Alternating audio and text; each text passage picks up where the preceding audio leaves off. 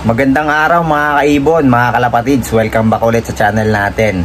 So for today's video, yon sasabihin ko lang yung date ng ano natin, free raffle birds natin, no. Tapos i-announce ko na rin yung nanalo dun sa ano natin, special raffle bird natin, no. Yung mga kuha ng pinakamagandang ibon dun sa ipamimigay nating mga ibon. So yon i-announce natin ngayon pagkatapos ng intro natin. Tara.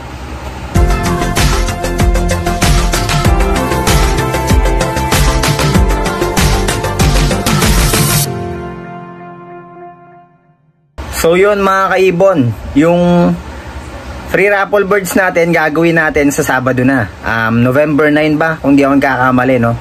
Sabado. Ang kailangan lang pong gawin ay manood sa live stream natin sa Facebook page natin, no?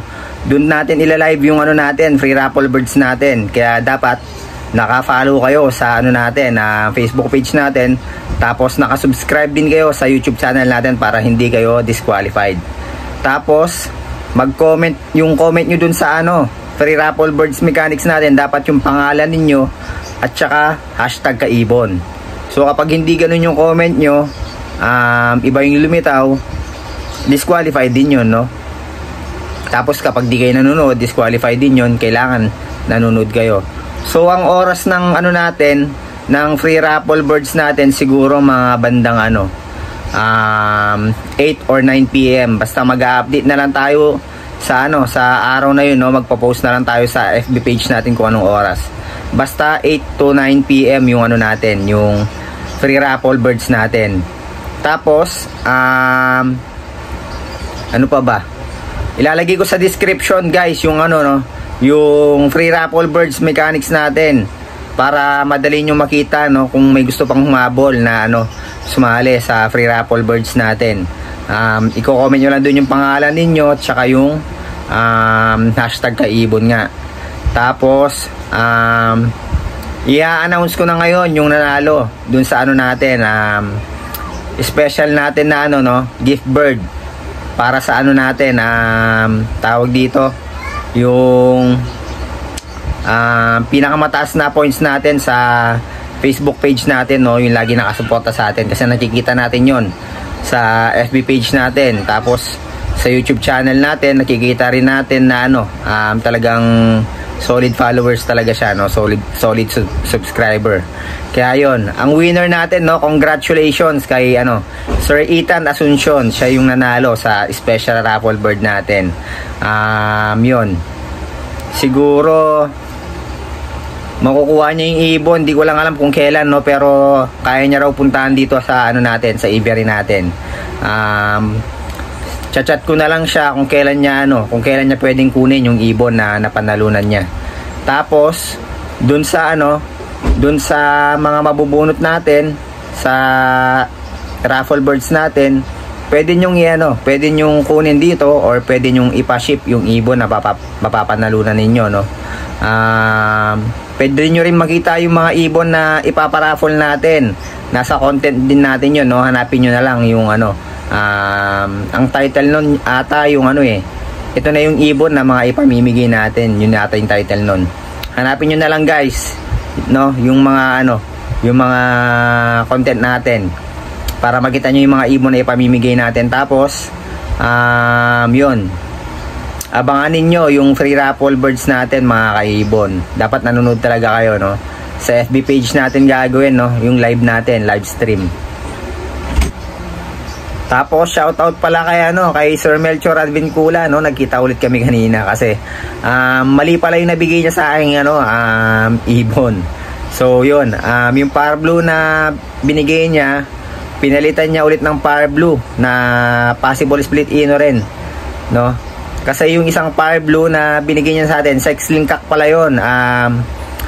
May kapares pala yun dun sa kanya, no, na sex link hen na pang Crimino Opa project. So yun, kanina nagkita ulit kami.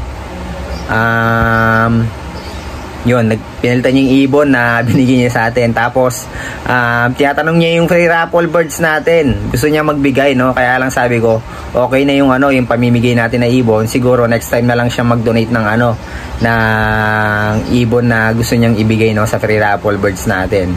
So next time, abangan nyo ulit yung mga magiging painakay natin. Marami na namang itlog yung mga ibon natin, no? Tapos nadagdagan na naman yung project natin.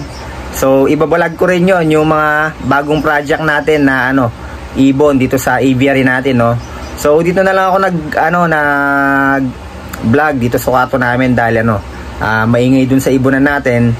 Baka para mas maintindihan nyo yung mechanics ng natin, ng free raffle birds natin. So yun, next time marami pa kayong mas aabangan na mas maganda pang mga mutation, no, na ipamimigay natin sa free raffle birds natin.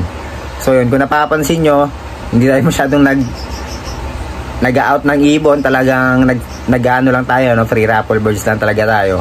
Kasi yung ibon para sa akin, panglibangan ko lang talaga yan, pampatanggal ng stress, no. Di man talaga ako nagbebenta ng ibon. Madalang ako magbenta. Nagbebenta lang ako kapag kapag talagang pambili ng patuka, ganyan, mga kailangan ng mga ibon natin, vitamins, yun, dun pa lang ako nagbebenta. Pero kapag kaya ng bulsa, kapag may budget tayo, hindi ako nagbebenta ng ibon, no, kasi gusto ko nakikita yung mga ibon sa aviary natin, kaya ganun. Yun mga kaibon, huwag niyong kalimutan yung free raffle birds natin sa November 9 na, araw ng Sabado, 8 to 9 PM magi-start yung live natin. Kailangan nanonood kayo ng live stream natin para di kayo ma-disqualified katulad ng dati, no. Same mechanics lang katulad ng dati, dapat nanonood kayo. Tapos ang gagamitin natin, comment picker, no, sa natin, sa YouTube na natin, content natin, no, yung free raffle birds mechanics. Yun yung content na pagkukuha na natin ng comment. Kaya dun kayo magko-comment ng pangalan ninyo at ng hashtag kaibon.